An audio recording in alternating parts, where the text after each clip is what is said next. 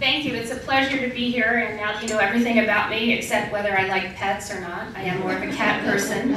I thought that, nothing against dogs. I thought I would start off the morning with a presentation talking about the various reform models. And what we're going to do is talk about them in terms of what the vision for them is. And so we're going to spend more time in the day talking about what the actual reality of them is. But I want to start off by defining them and again talking about what the hope and the promise of them was, and then we can talk about what's going on. So I wanted to explain that because I think it's a really important distinction as we go through this part of the program versus the remainder. Also, there are a lot of people in this room who know certain of these programs even better than I do. So it's a small, friendly group, so I am very willing to have corrections and interjections as we go. I also hope that it's helpful. We're trying to speak to and educate people who maybe aren't nearly as familiar with these entities. So again, just to set that up. So after we have this session, I will moderate the following session, which goes into what are some of the realities that patients, doctors, caregivers, et cetera, are facing as it relates to these particular models. And here we go. So every time you pick up the paper, turn on the news, talk to anyone, people are talking about something changing in the oncology landscape. I think the hardest thing to figure out is what people are talking about, and we seem to be more times than not talking across and past each other. And so we've come up with this term alternative payment models, to be the broader catch-all term, which includes accountable care organizations, patient-centered medical homes, bundled payments, episode of care, etc. Because what I think happens is a lot of people are talking about ACOs as the all-encompassing term, when it is really just an example of a type of payment delivery reform. So again, the purpose of the presentation today is kind of to tee up some of these specific examples, but to say they are really just examples of this broader overhang. So you may have heard CMS refer to the triple aim that they have in regard to healthcare. And a lot of this has to do with the goal of the government to move away from paying for volume to paying for value. The other way to say that is to move away from a fee-for-service-based program to a value-based program. So what exactly does that mean? And it's really that our healthcare system, not just Medicare, but private payers also, are really set up to pay on a per transaction basis. So you go to the doctor and your health insurance pays the doctor for that visit. And then maybe something happens, you have to go to the emergency room. And then maybe you have to get admitted to the hospital. Each of those transactions typically is paid for separately. And there's a school of thought that that system encourages overutilization and may actually also not encourage the best treatment and care and coordination for patients. So that's why the government and private payers have said, let's try to move for a system that's more thoughtful and looks at managing the patient more holistically, and hopefully we'll get to a stage where you're actually paying for value. So that is the overhang to explain what this triple aim idea is, which is that you want to have better health care, improve the individual patient experience along the 6 domains that the Institute of Medicine has talked about, that you want to have better health, and this is health through the entire population, so not just individual patients, but you want to elevate the healthcare system. And then hopefully if you have better health care and better health, ultimately you will have reduced costs. Now, again, this is what I said, this is the ideal. We don't know if we can actually realize this, but that was the purpose behind a lot of these changes. So there are a lot of factors that are going on in the market at the same time as there is this interest in redefining how cancer care is paid for in this country. And I think that's another confusion. I think a lot of people think that these factors are directly related to healthcare reform, whether you call that Obamacare, the ACA, PPACA, healthcare, whatever you call it. I think a lot of people think, oh, if we were to repeal Obamacare, all of these other things that are going on in the market would stop also. It's not really true. There's things going on specifically from legislation, but there are also just things happening in the market because of the change in care. So what are those things? And to me, this is one of the most important slides we'll go through this morning. The first is market consolidation. And this has been a dramatic thing to watch. And in fact, if you had asked me previously to predict this, I would have been completely wrong. The speed at which oncologists are being purchased by hospitals is unbelievable. And so it's a multi-pronged trend though, because you have doctors that may still be practicing in their same offices, so delivering drugs to the same patient in the same office, but that office is actually now considered a hospital outpatient department, and payers are paying a lot more money for that care. You also have doctors that are just saying, "Uncle, I'm out of it. I can't even support the infrastructure of having a freestanding office any longer, and I'm either retiring or I'm going to move and actually deliver care in an actual hospital setting." And so with both of those trends happening, you've had this enormous change in the care that's delivered by oncologists in true physician office settings. And this has enormous challenges, it puts enormous challenges on patients, which we'll get into further, very much changes the practice of medicine and how prescribing decisions are made by oncologists as well. The next thing we have, and a number of you in the audience know that this is a pet issue of mine, and LLS I think really took the lead on being in front of this earlier this year, and quote your study all the time, thank you, Brian. That this is the issue of network adequacy. And I think that right now we're all talking about this in regard to whether or not health insurance networks have academic hospitals in the network. And we've seen some striking examples under health reform where academic medical centers are excluded from networks. So for instance, in the LLS study, there were, like, let's take Texas. Of the 13 exchange plans surveyed in Texas, only 3 had MD Anderson in them. Same trend if you looked at Memorial Sloan Kettering in New York. Same trend if you looked at Hopkins in Maryland. That is very different than the network that we're used to having for oncology care in this country. And it's not just related to how a patient can choose where to receive their care. It's also related to what if you have a very rare form of cancer and the only people who can treat it are in those few academic centers? What is the exception process for those patients? At the current time, if a patient says, "I don't care if the hospital is in my network or not, I'm still going to that doctor," they can, but the cost of that care does not count to their out-of-pocket limits, right? So that's the other stealth issue that's going on. So it's really important. The other issue has to do with clinical trials, because we know that a lot of our companies are working to get the best thought leaders doing the clinical trials for these new drugs, and your R&D, your medical affairs people may not at all be thinking about payer networks and market access issues, and so they may have these great champions for new products that are in the hospitals that aren't in anyone's network. So it has this ongoing confounding issue related to it. In addition, as I said, I think we're mainly talking about this hospital issue now because that's what we've seen with health insurance exchanges. However, another issue that's really cropping up is changes in network limitations for actually specialists as well. So it's not just the hospitals, it's finding access to the hematologist, the oncologist, any other specialists you may need also. And finally, this is also an issue with actual pharmacies as well. And so if you look at the Medicare Part D program, you'll see some dramatic shifts in preferred pharmacy networks. So while I think it's critical to think about this issue from a hospital perspective right now, I think it's even more important to not lose sight of the fact that network adequacy is not just hospitals, it's hospitals, doctors, pharmacies, it's access to that full complement of services that you need. The next issue is one that I also think is absolutely fascinating, and it's related to probably the first two that we talked about.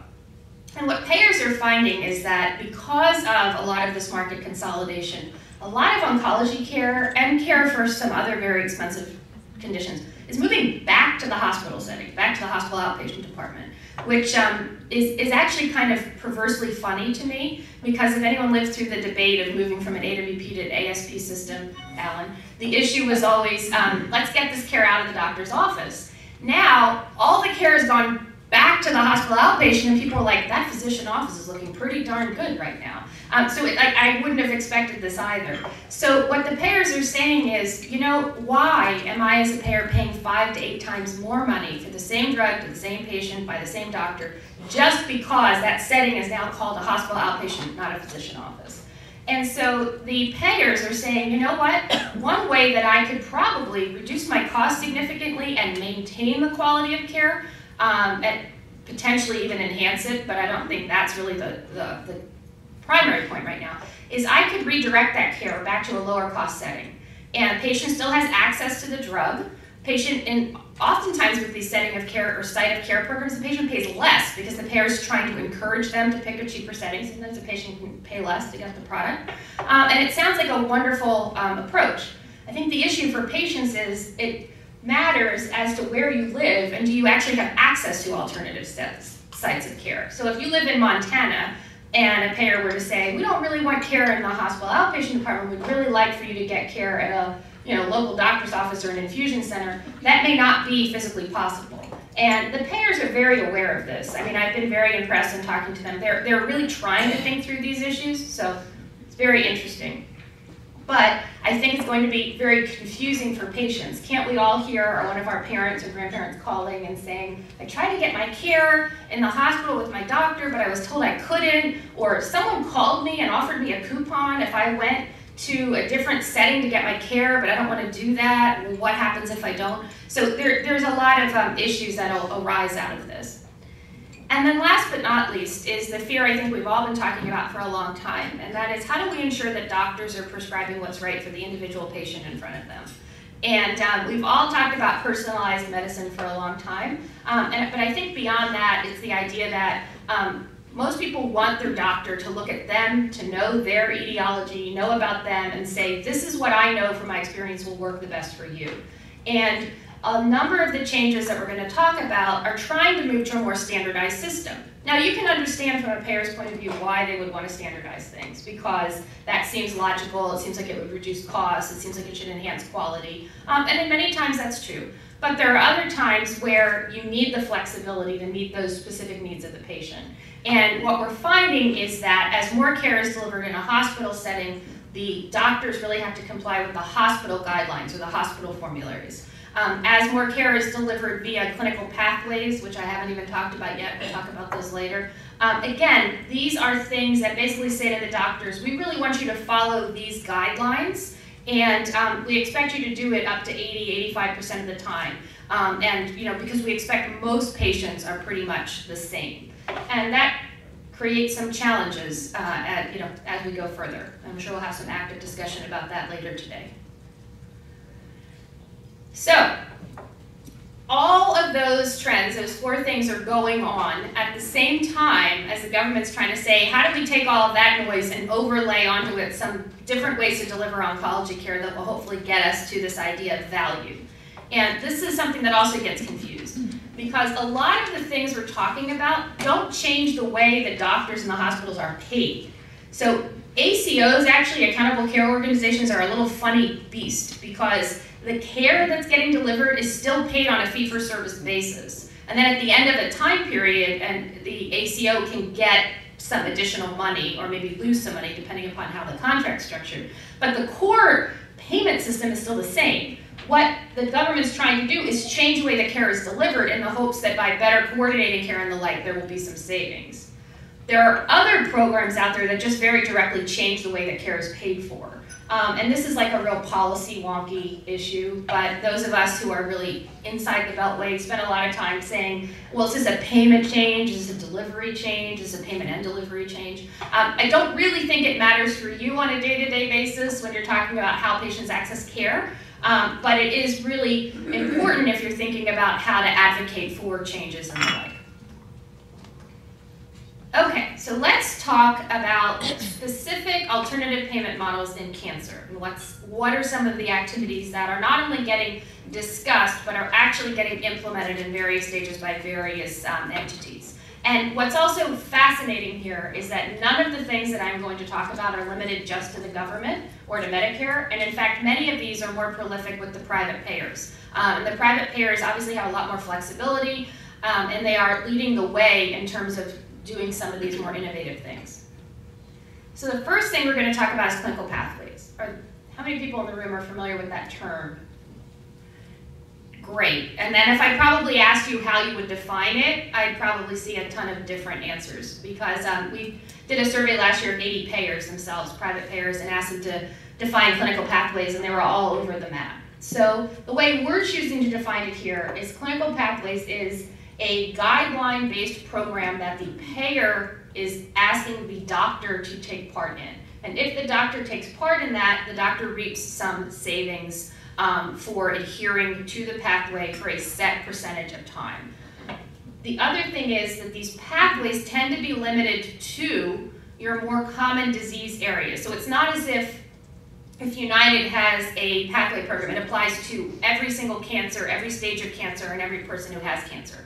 Typically, there are certain cancers for which there are pathways. They tend to be lung, colon, breast, kind of the large, solid tumors more often.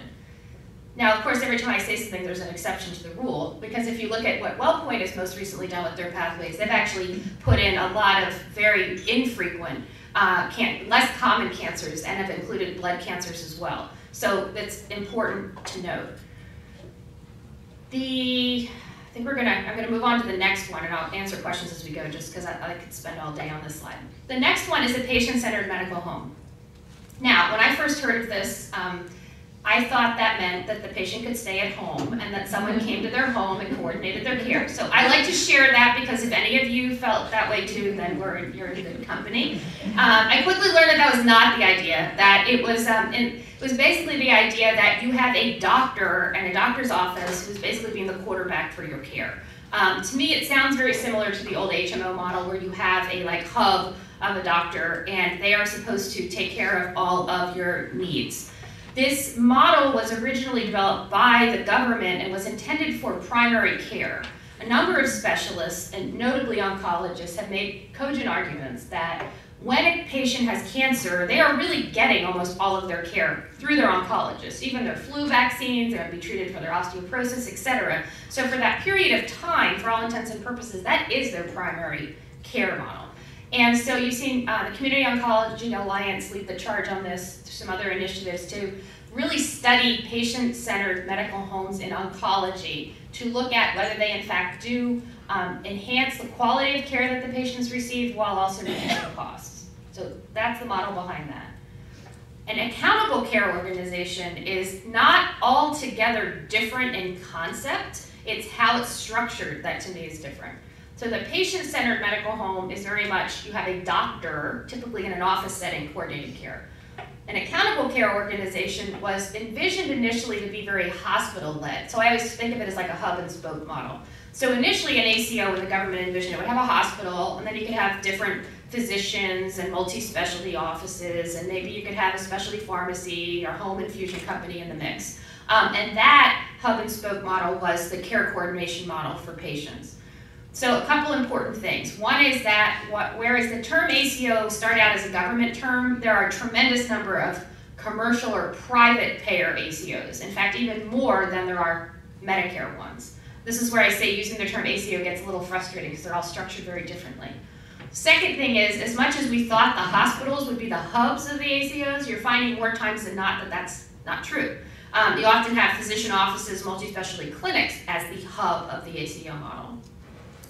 Last but not least, the idea of an ACO was that you would incentivize all of these hubs and spokes to work together because they could share in any savings that were gotten, or share in any risks if they cost more money.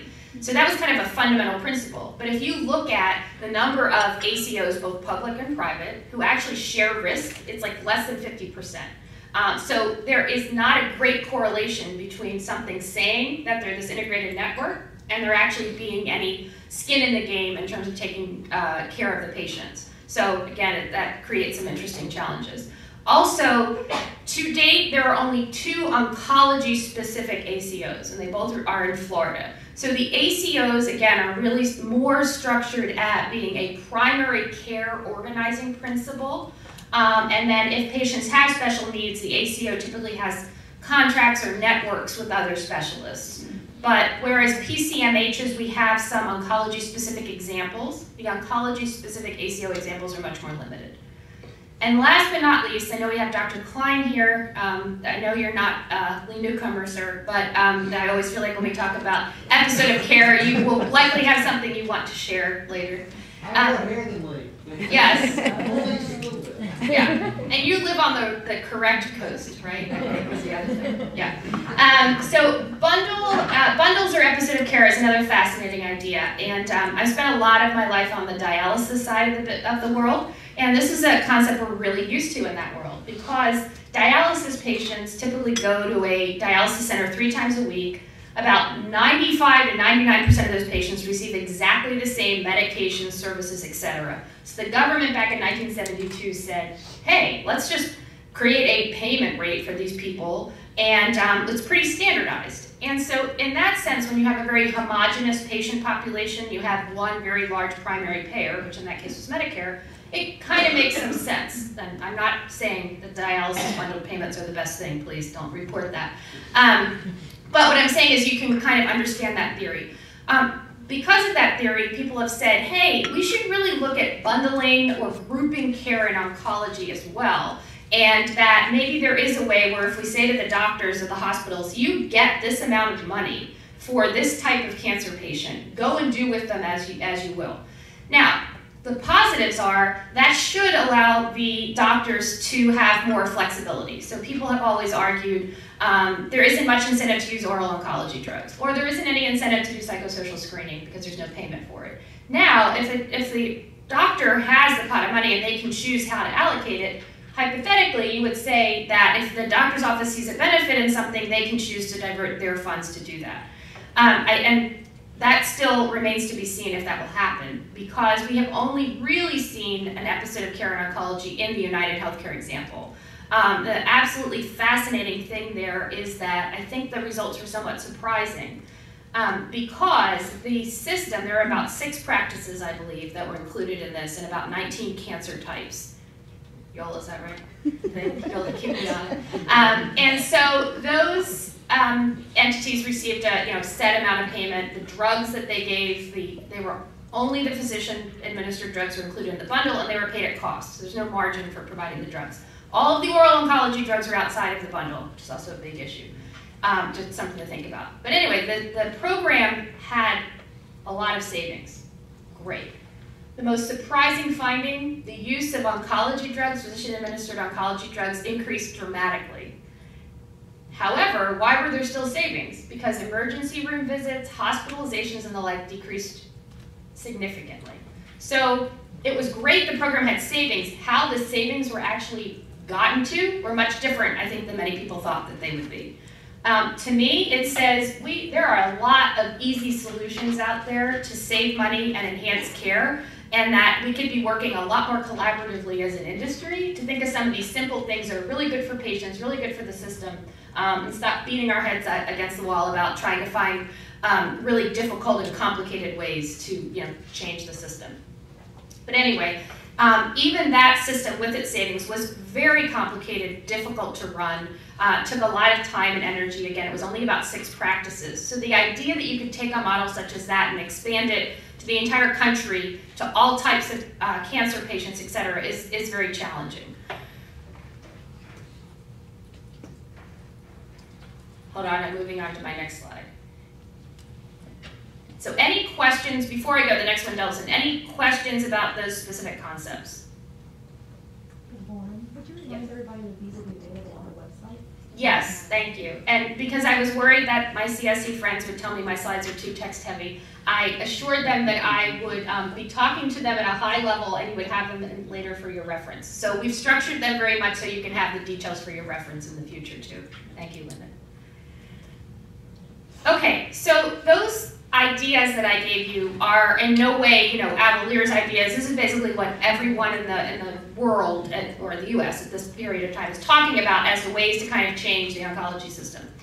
And so the Brookings report, Brookings Institute was commissioned to do a report from the Centers for Medicare and Medicaid Innovation. So CMS has this Center for Medicare and Medicaid Innovation that's been given specific funds to be more nimble in how the Medicare program can study and make changes to the system. And so Brookings went and did a deeper dive into these specific concepts that I just went through. And so again, with clinical pathways, interesting, they saw that as a model that had more opportunity than present. They saw that it could be expanded in the future. Interestingly, the clinical pathway idea is usually combined with something else. So you usually say, let's do a patient-centered medical home, but let's add a little extra sugar to the arrangement or extra enticer by paying you more if you meet these clinical pathway adherence standards, right? So a lot of these concepts are not just done on their own. You kind of can mix and match them as you go. But clinical pathways are something that, from an academic policy perspective, hold a lot of appeal. So again, we're going to talk about if that is true and if those are good and worthwhile for patients later, but they definitely have the eye of the government, the Brookings Report, etc. For oncology patients in our medical homes, they really require a lot of structural change, both from a systems perspective and the way an office actually takes care of patients. So they're a little more challenging to get off the ground. As compared to clinical pathways, basically you're still doing the same care, you're just recording it on your claim form in maybe a slightly different way. So a PCMH has a little more capital investment costs in getting it off the ground. However, again, you have this idea that you're really given a sum of money to take care of your individual patients who are oncology patients. And so, again, it's seen as a way that's much more patient-focused than some of the other ideas that are talked about. The bundled payment model or episode of care model is still seen as very challenging because it very much depends on what services you're including in the bundle. I mean, we could talk about this all day because even if you were to say, well, I'm only going to put, non-small cell squamous lung cancer patients who are stage 3, who failed their first 2 lines in this bundle, that sounds pretty specific, but it's probably still not specific enough because you haven't talked about, well, are you putting patients in who have the ALK mutation? Are you not putting the patients in who have that mutation? So it's very difficult to know how small and narrow to make these bundles. Then, if you in fact create the bundles, the cost to the providers and then to the people, to the payers to actually implement, analyze, do it, it's pretty time consuming. In fact, Roswell Cancer Institute Roswell Park was pretty far ahead and, gosh, at least 10 years ago, implemented a bundled payment program in breast cancer. And they had perfect data. They did it for their patients. They had their own claims individuals pulling all of the data. But at the end of the day, they realized that the savings were not offset by the costs it took them to actually run this and use their staff for it. So that's something that we have to think about. Also, the idea of, could you ever take a bundled payment program and actually expand it to all cancers and actually expand it on a national basis? Those really remain the big questions for a lot of these different programs. Like, maybe some of these programs work very well for certain types of cancer or certain areas of the country or certain patient needs, but can you ever get to something where you could see big enough change to actually move the needle on the way oncology care is delivered in this country? And I don't think anyone has figured that out yet. And then last but not least, the Brookings Institute looked at oncology-specific ACOs. And as I said, we've only seen 2 of those to date. And again, that's largely because this concept of an ACO is for patients who are needing primary care services. They are not structured to be about patients with very specific needs as like an active cancer patient does. Okay, so here I have some more details on each of these. Each of these things I've continued to talk about. And so clinical pathways can very much differ. So some of the clinical pathways are, you can get a doctor, if a doctor chooses to participate in a payers program. Sometimes a doctor can get additional money if the doctor adheres to the pathways, let's say 85% of the time. Other times there could be an actual stick where the doctor could actually lose money if they don't adhere to the pathways a certain amount of time. So again, it depends upon how the payer has structured their program, and it also depends upon how many cancers are included and what services and items are included in these. Typically, pathways include just the drugs. There's 1 or 2 examples where you may have a few imaging services and the like, but they're very, very drug focused at this point in time, which is another limiting factor. I alluded to the WellPoint. How many of you are familiar with the WellPoint Clinical Pathways program? Okay, so a lot of you are. The interesting thing is that WellPoint designed these clinical pathways themselves. They have published what the pathways are, but they haven't necessarily published all of the data that went into constructing them. It started out as a program for about 5 cancers, which again were more of the more common solid tumors. It's expanded to 19 cancers. And what's absolutely fascinating is that WellPoint has told a number of manufacturers that if you give them a contract, they'll put you on the pathway. That was not the original intention of pathways. As I said, in the ideal world, they were supposed to be about evidence-based care, and you would hopefully look at NCCN guidelines or some other guidelines to develop the pathway based upon the best available evidence. And so we're starting to see that fracture, and that's very problematic. Also, from a patient perspective, and as someone who's sat in an oncology office with a number of family members, you really don't know as a patient if your doctor's prescribing what the doctor thinks the doctor wants to give you, or if the doctor has already said, okay, wait a minute, this patient has WellPoint, they have this type of cancer, oh shoot, I have to prescribe this. So you don't know if the doctor's already gone down and done that like math in their head, or what. And so it's really, really hard, and I think this is a key issue when we talk about what the role of patient advocates are in the future, is making sure that patients know to ask these questions and are better informed about what their choices are.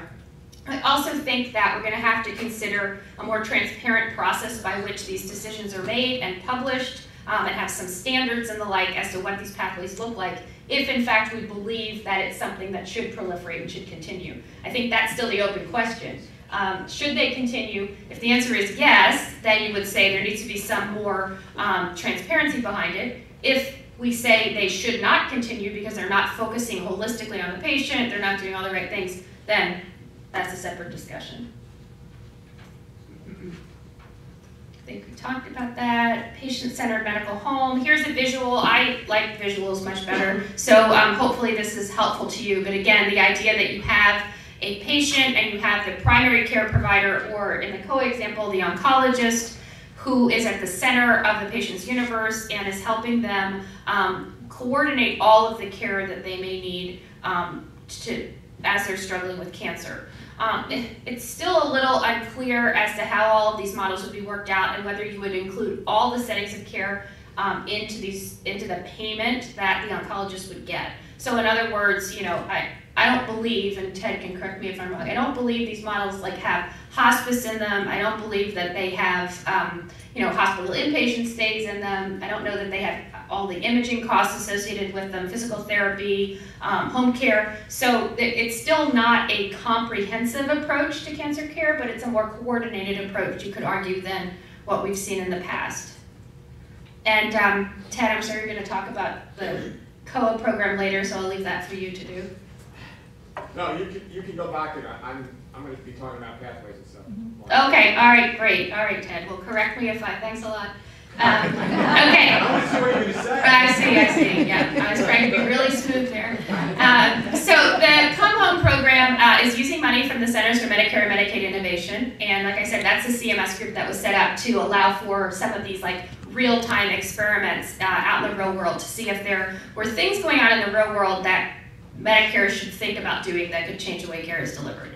So the Come Home program delivers all outpatient care for a cancer patient in the community setting. So again, whether it's right or wrong, I always think about PCMH as being very community doctor focused, and ACO as being largely hospital focused, although I already told you that's not exactly right, but that's how I try to keep them apart. And so this patient then knows that this oncology office is their quarterback. And it allows them to get patient education, treatment planning. It allows them a more seamless way of getting care and counseling for side effect management and the like. And the model projects to save Medicare about $4,100 per year per member, and that could result in significant savings of up to $13.76 million. We haven't seen any of the reports yet, right? It's still too early on, I believe. We're actually going to CMMI tomorrow to talk about their proposal, and we actually have some data that we're going to be able to share from one of the practices, and it's very encouraging. Great. And so I think what COA would tell you, as if anyone else does, we're not as interested, we don't want to look just at reductions in cost, because we can't risk having patient outcomes reduced if costs are reduced. So the idea is that not only will this save costs, but hopefully if care is coordinated, you'll actually see enhanced patient outcomes as well. Yeah, and I will say, just to underscore, that actually our first, in the Come Home project and everything else, our first goal is actually enhancing the quality of care. The second goal is the cost, because that's very dangerous. So, so the interesting thing is in this model and the others, both have actually happened. Which is great, thank you. So more to come on that. As we said, this is an evolving model. The question will be, can you increase outcomes, reduce costs? Can you expand this? Is it something that is more easily replicated and expanded across the nation, et cetera? Okay, ACOs, we talked about before. We had the idea of the government started them and then the private payers ran off with them as well. And so we have a lot of different variations. I want to give you one example, which is the Florida oncology ACO example, which I said there are only 2 oncology examples in the country, and both are in Florida. And basically, this one was Florida Blue, a payer, combined with Baptist Health in South Florida and Advanced Medical Specialties, and they together integrated to form this accountable care organization. And again, the reason for this is that Florida Blue said oncology costs are the highest costs that we have. And so we want to be innovative, we want to be creative, we want to find a way to work on this. And they actually asked the doctors to the table to try to come up with a program that would work for all of them. So they are excited. The way that they explain this is that it's a model of partnership, of bringing people together, not of payers pushing something onto unwilling providers, et cetera. Again, a bit early. We're still waiting to see what the changes in cost and outcomes will be, but it's a very interesting model. Bundled payments, we've talked about that. Again, these are more for your reference because I went right to the punchline earlier, that the big example in oncology bundled payments is the United Healthcare example. But other than that, they're complicated, they're difficult to do, and we haven't seen a lot of national expansion of them. That is the end of my didactic session of the morning. And does anyone have any questions? Has there been, going to the UHC model, has there been, it seems like they've gotten very good results on that, even though the bundle payments in general haven't. Has there been a lot of thought from Avalere about it and whether that could be a model, whether that's viable? So I think it's a good question. From Avalere's perspective, it's so complicated and time-consuming operationally that yes, I would envision we would see some other small demos popping up. I in no way see it taking off nationally. I don't see it taking off across any payer's entire book of business, across any particular type of cancer. I believe that Dr. Newcomer has even said that he does want to expand it, but that it'll be different than the original model because they've obviously gotten some learnings from that. So the future, we'll know in the future. Wayne, did you have a question? Yeah, I'm not sure. So on the bundle payment, the episode that, I mean, to your point, I think these are complicated issues, and it seems to me like one of the issues that we don't really talk much about is that these are constructed based on historical information, historical data. It seems to be kind of an issue we need to think about and overcome is how do we address access to new innovative medicine, because that seems to cut against the construct of the episode-based payment. Yeah, no, that's a fantastic question, and it's one, if you look at any other existing bundled payment programs, either in dialysis, if you even look at how we pay for inpatient care in the United States under diagnosis-related groups, if you look at any of those programs, they all struggle with the fact that there isn't a good way to account for new technologies into those payment systems. So it is a tremendous issue. So it's not even just accounting for the cost of new therapies, but what if the way in which care is delivered changes dramatically? Like if you look at what happened in cardiology, where you now have like the TAVR procedure, you may not have to open someone's chest any longer, but if you were to have a bundled payment there and it was set with all of those costs in mind, how do you account for that completely different change in practice? And I think in the next few years in oncology, it wouldn't be that surprising if the way we practice changes dramatically. And so how are you swift enough to keep up with that? I mean, even today, the things that are getting approved today are Yep. huge advances, and really these things are constructed based on historical information. This seems to be a fundamental issue to overcome as we talk about. Exactly, and I think that's an issue where hopefully patients and advocates can bring that to the forefront again. And it's this, again, it's the rub between understanding that people who pay for care want a more holistic, better way to pay for care, but saying that using some of these models might be like a round peg into a square hole or whatever. And so you have to be really sensitive about how that's done. Ted? I think the interesting thing that kind of was brought up about the United model, and a lot of people sort of being bamboozled by the fact of how do you take something that was set out and sort of take away the so-called drug incentive, how did you actually produce results that saved 34%, but at the same time increased drug spending by 179%?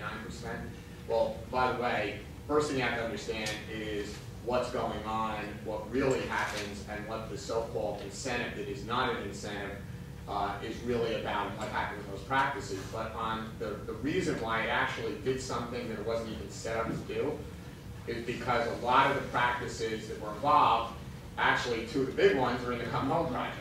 So they are doing everything that an oncology medical home is set out to do. So if you look at the drivers of cost and spending in that model, if you ask the practices what they did, they reduced hospitalizations, they reduced emergency room visits, and they did some more work around standardizing the whole imaging part of it.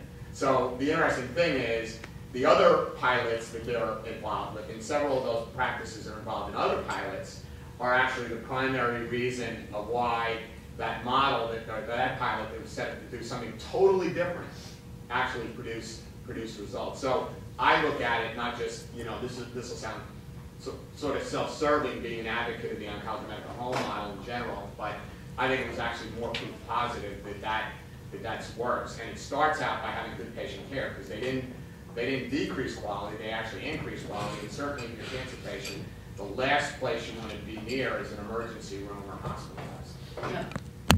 Yep. And I think the other thing that's kind of implicit in all of this is, if you hear me talking about what people are focused on getting savings from, it's very much drugs. And if you look at a lot of these models, they're really focused on drug savings. And you know, even clinical pathways, it's looking at the chemotherapeutic, which is Wayne was just saying, chemotherapy is changing, you have other modalities. It's not necessarily looking at, well, this drug may cost less, but maybe the side effects are greater. Maybe you have more hospital admissions with that. And so how do you value all of those different components? The other thing that's so fascinating to me is that, you know, the latest numbers show that cancer drugs account for about 21% of oncology care in the US. That tells me that drugs are important, drugs are expensive, but there are a lot of other really expensive things that we're paying for, and where is the focus on those still? And how do we make smart decisions about how they all interplay with one another? So I think that's important. Mark? I think the patient has to be at the center of this. That's why we're here. So I think the patient preferences and what they value, we're talking about cost. But what is value? How we define value. What is value in the patient's eyes? I know the cancer support community prays for the work. You try to get that answer by patients. What do they value? And there's an update piece that people haven't seen it this morning in the New York Times by Hartspan and Groupman that gets to exactly that point. If you haven't read it, it's a very interesting piece, and it talks about making sure that patient preferences are heard.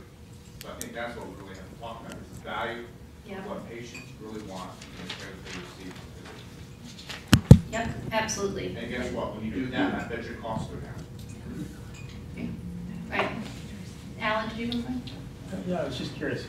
You talked earlier in the presentation about the changes in the market and the provider consolidation, and how that has been fairly dramatic. And that payers are starting to push back against that and trying to drive sort of back out to lower cost, more community. Is CMS seeing this in sort of increased HOPD spending? It's a great question, so thank you for allowing me to put on my little Medicare hat. So yes, CMS is seeing it, and actually in the draft Medicare payment rules this year, they said we're noticing a huge increase in hospital outpatient spending, and we think that this is related to things that used to be physician offices billing as hospitals, and we as Medicare also pay more for hospital outpatient care. It's not just private payers. And so we want to have a special modifier on all claims that are from offices that were purchased, that used to be physician offices and are now hospital outpatient departments, so that we, CMS, can see what's going on. In addition, at the same time, we know that MedPAC has, and CMS itself has proposed site-neutral payments, such that they would pay the same amount for care in the hospital as in the physician office. That gets really challenging because there are some implicit differences in the cost structures and the like. But definitely Medicare is onto this. Medicare's ability to actually steer patients to other settings is a bit more limited than it is on the private side, because a lot of the private payers are implementing these site of care programs through PA processes, which, as we know, Medicare Part B doesn't currently have. So what Medicare can do may be a bit different, but they're definitely facing the same issue. I think the big challenge is the private payers, in my opinion, have still been paying for hospital outpatient services on cost to charge based ratio contracts largely. They haven't changed the way that they've paid for drugs, and so now with all these drugs going back, I think they're seeing a dramatic increase, and they don't have line item specific billing that allows them to be as restrictive as Medicare. Sorry, that was really nerdy. Lauren, I think we have one more question. Yes, great, great. Yes. Hi, I'm Lois from Livestrong Foundation, and I had a question. It's related to Ted's comments. I just really want to get a better understanding of whether or not these models really are implemented in isolation or if they're more in hybrid form, because I'm getting hints of that from some of your remarks and some of what I've read on my own. Can you give us a better sense of that, like how well these really are working together versus separately? It's a great question, and I actually don't have any hard data. So what I can say is that when they were contemplated as individual programs. Like, let's see if an ACO saves money, does something to care. Let's do the same thing. Let's try some PCMHs over here. Let's try this over here. And so I think that's largely the case. I think it's somewhat coincidental that the entities that were included in the United program also happen to be in the Come Home program. I think the ones that are less coincidental are programs that are now applying clinical pathways on top of the others. So if I were to guess without having real data, I think the pathways are running in parallel with others more frequently than the others. And deliberately, yeah. Thank you. Okay, Kim's telling me it's time for the panel. So, do you want to, we're not taking a break, right? Correct. Okay, so panelists, if you would be gracious enough to come up onto